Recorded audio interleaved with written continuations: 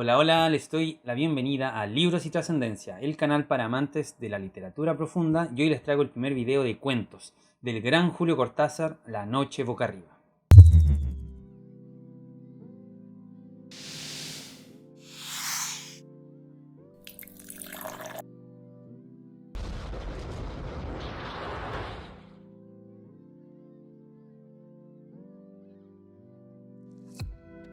A mitad del zaguán del hotel pensó que debía ser tarde y se apuró a salir a la calle y sacar la motocicleta del rincón donde el portero de al lado le permitía guardarla. Así comienza este relato, La noche boca arriba, de Julio Cortázar, que escuché por primera vez en mi sala de clases de la enseñanza media o enseñanza secundaria, como quizás algunos de ustedes le dirán, de mi profesor de lenguaje y comunicación o castellano. Espero que no le digan español en sus países porque un español, sea catalán o vasco, se enojaría mucho. Antes de empezar mi relato, de cuando escuché este relato, los invito a leer este cuento en el link de abajo.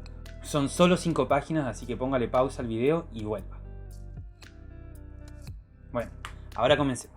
Este es un relato que recuerdo como estudiante, estar ahí sentado en la fila de la muralla donde estábamos ahí con mi grupo, esos 6 personajes que éramos entre emo, metaleros, punkis y definitivamente ñoños, en esa esquina sin luz. Está más allá de nuestro reino. Nunca debes ir allá, Simba. El profesor, que vamos a decir que su nombre era Juan, su segundo nombre era Francisco y su apellido era Galvez, dijo o nos anunció que iba a leer este libro. Lo hizo con una gran parsimonia, lo hizo como con un dejo de que era especial para él. Nosotros seguíamos la lectura en una guía, en unos papeles fotocopiados con, no sé, con la tinta chorreada, y se confundía la línea y las palabras. Él tenía un libro, digamos, un libro de tapa dura, y él esperó a que callásemos, como todas las personas que quizás están acostumbradas a no pedir respeto con decibeles. Todo el relato del tipo de la moto, la prisa por llegar al otro lado, porque él iba atrasado, los edificios de la ciudad, los árboles abriéndose a los lados de la avenida y esa brisa,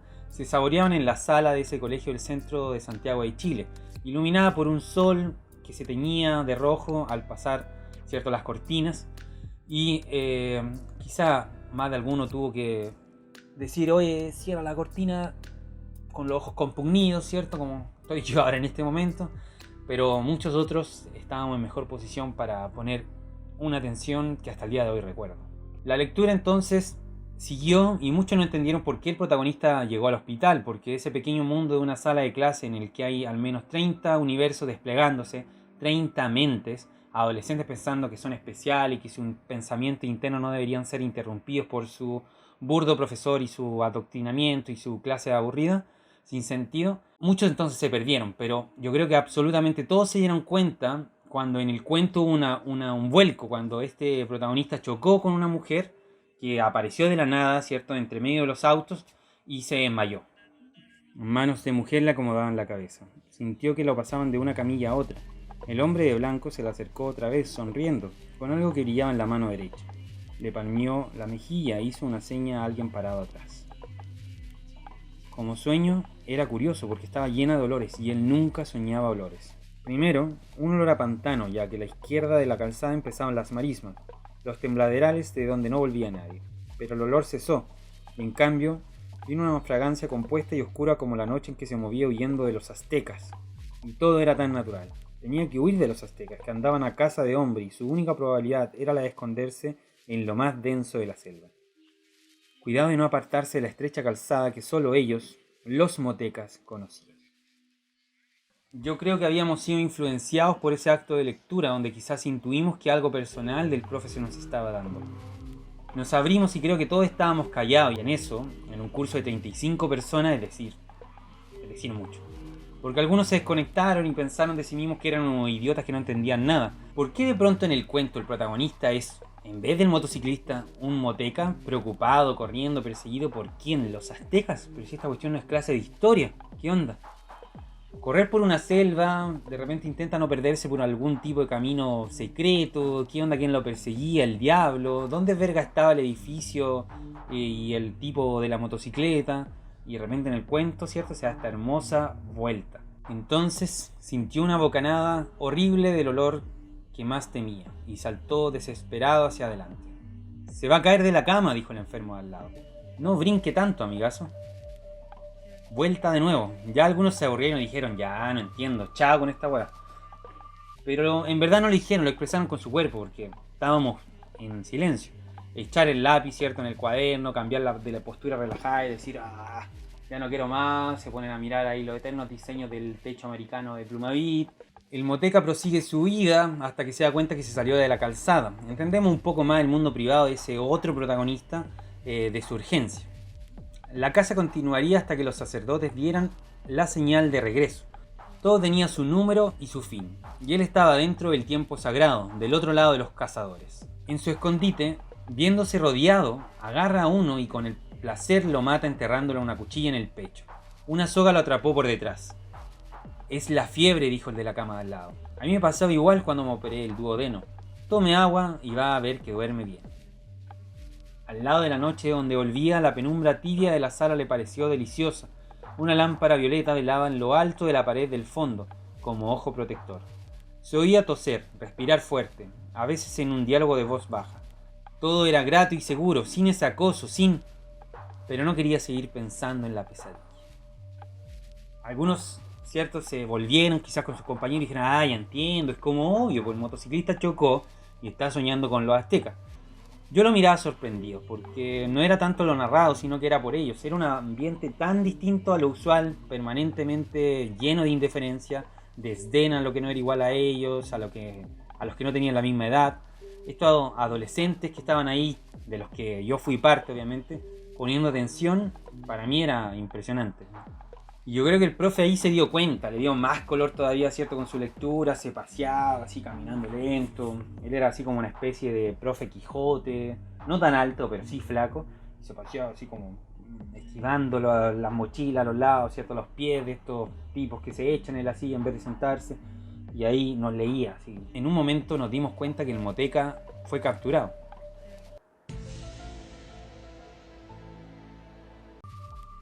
Inútil abrir los ojos y mirar en todas las direcciones. Los envolvía una oscuridad absoluta. Quiso enderezarse y sintió las sogas en las muñecas y los tobillos.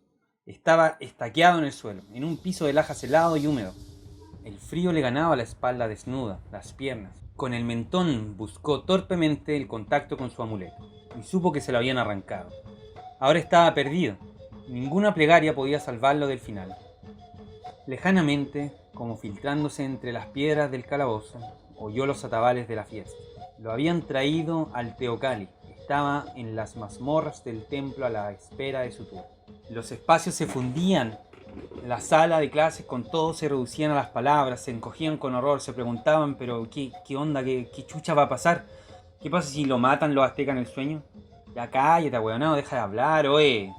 Se dan esas típicas peleas entre los estudiantes que pretenden seguir la clase, pero en verdad quieren más bochinche. De nuevo el hospital, el paciente. Le costaba mantener los ojos abiertos. La modorra era más fuerte que él. Hizo un último esfuerzo con la mano sana, esbozó un gesto hacia la botella de agua. No llegó a tomarla. Sus dedos se cerraron en el vacío otra vez negro, y el pasadizo seguía interminable roca tras roca. Lo llevaban los acólitos. Lo llevaban otra vez. Él, amarrado, asustado. Pueden creerlo, estar en una sala de hospital, querer tomar agua, que la mano se te cierre enfrente tuyo en una fiesta sangrienta donde todos celebraban a los muertos, dentro de los cuales tú estabas en la lista. Esta es la última advertencia. Vaya y la al cuento. Después vuelva. Apretó los párpados, gimiendo por despertar. Durante un segundo creyó que lo lograría, porque otra vez estaba inmóvil en la cama, a salvo del balanceo cabeza abajo. Pero olía a la muerte, y cuando abrió los ojos vio la figura ensangrentada del sacrificador que venía hacia él, cuchillo de piedra en la mano. Alcanzó a cerrar otra vez los párpados, aunque ahora sabía que no iba a despertarse, que estaba despierto, que el sueño maravilloso había sido otro, absurdo como todos los sueños, un sueño en el que había andado por extrañas avenidas de una ciudad asombrosa, con luces verdes y rojas que ardían sin llama ni humo, con un enorme insecto de metal que zumbaba bajo sus piernas. En la mentira de ese sueño también lo habían alzado del suelo, también a alguien se le había acercado cuchillo en la mano, él tendido boca arriba con los ojos cerrados entre las orejas. Fin, nos dijo el profesor, subiendo lentamente la cabeza, mirándonos a todos a los ojos, o eso sentimos, indagando y cerrando el libro en un sonido seco y agradable.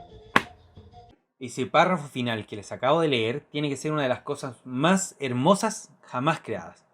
Es decir, los saltos que da de pronto empiezan y no se acaban, son tan sutiles, son casi cinematográficos. Algo en tu mente enfoca, ¿cierto? Esa cosa y de repente cambia todo el contexto, todo lo que lo rodea. Es solamente el cuerpo el nexo dentro de esos dos espacios y tiempo. Otro detalle, pero hermosísimo, que quizás solo apreciamos los que amamos las palabras, fue que a medida que se confirma el sueño y la realidad, las palabras se pierden, se disipan con la llegada de la vigilia. Las luces, cierto, que se prenden sin llama ni humo, y las motos, que son enormes insectos de metal que zumban, cierto, bajo los pies, no se pierden. Esa es la descripción, ya no son semáforos, ya no son motocicletas. Toda esa pérdida del lenguaje nos avisa, nos confirman qué mundo fue el que se perdió, qué mundo fue el que se extravió. Esa sensación de haber soñado algo terrible, genial o algo, ¿cierto? Que de repente se difumina porque hay que apagar la alarma, porque hay que levantarse, bañarse, peinarse, lo que fuera. Está tan bien representado en el cuento que toma una cariz dentro de lo cotidiano, pero en todo lo que envuelve lo fantástico de confundir el sueño y la realidad. Y yo creo que todos los que estuvimos en esa sala, en ese año, no sé, el año 2004, 2005, estuvimos agradecidos de haber estado ahí, de haber sido parte de ese ambiente, de, no sé, de que nuestros cuerpos se volcaron en las hojas, en las palabras de ese profesor y no sé, lo recuerdo con bastante alegría en el corazón. Bueno, para finalizar, comenten qué les pareció este gran cuento de este gran autor, en qué época o dónde estaban cuando lo leyeron, ¿cierto? La primera vez, o la segunda, la última, o ahora, y si me pueden recomendar más cuentos con finales tan devastadores como este. Serían muy bienvenidos, por favor. Ah, sí, se me olvidaba. Los invito a ver el video de Algoritmo versus Creador que hice. Bueno, lo quería subir a YouTube, pero todos estos copyright o los derechos de autor no me lo permitieron, así que vayan al Instagram o al TikTok de este canal y ahí van a poder ver y reírse ojalá un poco. Es una especie de declaración de principios porque sale en cierta forma todo lo que pienso de las redes sociales. Esta cosa, por ejemplo, de los unboxing o haul, que es cuando la gente empieza a mostrar todo su poder adquisitivo al fin y al cabo, de cuántos libros tengo, cuántos libros voy a leer.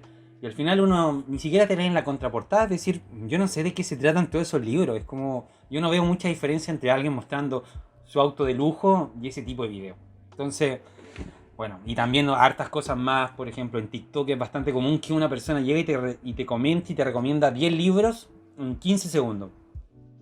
Y uno queda como, ok, bueno, voy a tratar de leer alguno, pues, ¿no?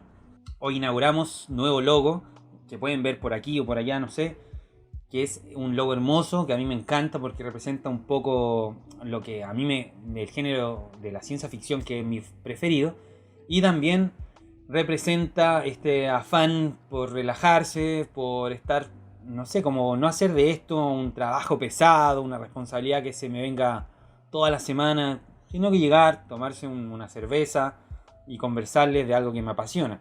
Y es parte de las costumbres, es decir, para mí esto es una forma de sistematizar hábitos que yo ya hacía antes. Yo me leía un libro y anotaba unas citas porque me encantaban, e inclusive en un momento llegué a tener un Word con todos los temas, no sé, así como desamor, descripción de tecnología en ciencia ficción nueva, como efecto en lo social del descubrimiento de nuevas razas, no sé, como una locura.